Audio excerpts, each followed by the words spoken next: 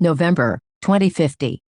Pierre anchored the soles of both feet and the palm of one hand firmly against the glass, and rested for a while. He tipped his head back to take in, one more time, the silver wall of the skyscraper stretching to infinity above him. Cotton wool clouds drifted by, higher than any part of the building, even though the building went on forever. He freed his right foot, re-anchored it higher up the wall, then turned and looked down at the neat grid of the city below, surrounded by suburbs as orderly as plowed fields. The foreshortened countryside beyond formed a green-brown rim to the hemispherical bowl of the earth. A blue-hazed horizon bisected the view precisely. The features of the landscape, like the clouds, were infinitely large, and infinitely distant. A finite city, however grand, would have shrunk to invisibility, like the base of the skyscraper. The distance was more than a trick of perspective, though. Pierre knew he could keep on approaching the ground for as long as he liked, without ever reaching it. Hours, days, centuries. He couldn't remember beginning the descent,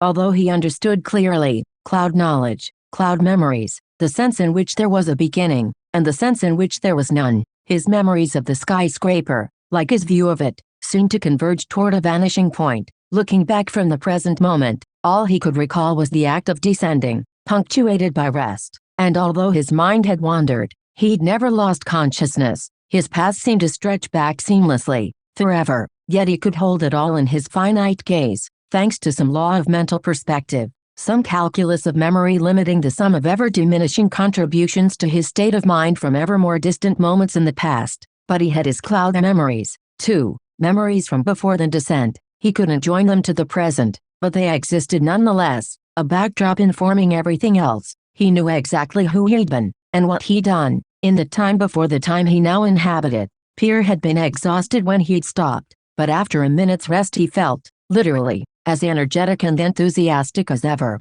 Back in cloud time, preparing himself, he'd edited out any need or desire for food, drink, sleep, sex, companionship, or even a change of scenery, and he'd pre-programmed his exo-self, the sophisticated, but non-conscious, supervisory software which could reach into the model of his brain and body and fine-tune any part of it as required. To ensure that these conditions remained true, he resumed the descent gladly, a happy Sisyphus. Making his way down the smooth mirrored face of the skyscraper was, still, the purest joy he could imagine. The warmth of the sun reflecting back on him, the sharp cool gusts of wind, the faint creak of steel and concrete, adrenaline and tranquility, the cycle of exertion and perfect recovery, perpetual motion, touching infinity.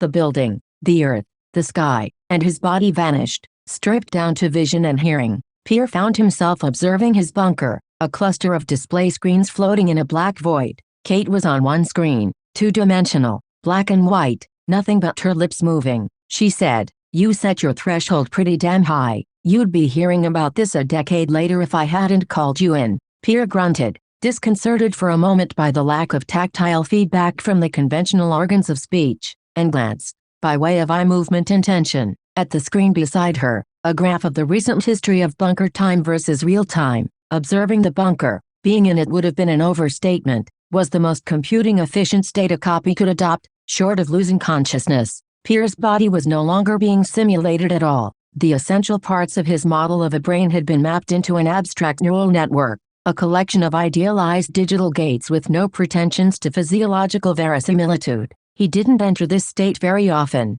but bunker time was still a useful standard as a basis for comparisons. At best, on the rare occasions when demand slackened, and he shared a processor cluster with only 2 or 3 other users, his bunker time slowdown factor dropped to about 30. At worst, up until a few minutes ago, the worst had been happening. A section of the graph was perfectly flat. For more than 10 hours of real time, he hadn't been computed at all. Kate said, "Operation Butterfly, weather control simulations. The fuckers bought up everything." She sounded shaken and angry. Pierre said calmly, "No great loss. Solipsist Nation means making your own world, on your own terms, whatever the risks. Real time doesn't matter. Let them give us 1 computation per year. What would it change? Nothing." He glanced at another display, and realized that he'd only been in the skyscraper model for 7 subjective minutes. The false memories had meshed perfectly. He would never have believed it had been so short a time. Pre-computing the memories had taken time, of course, but far less than it would have taken to accumulate the same effect by conventional experience. Kate said,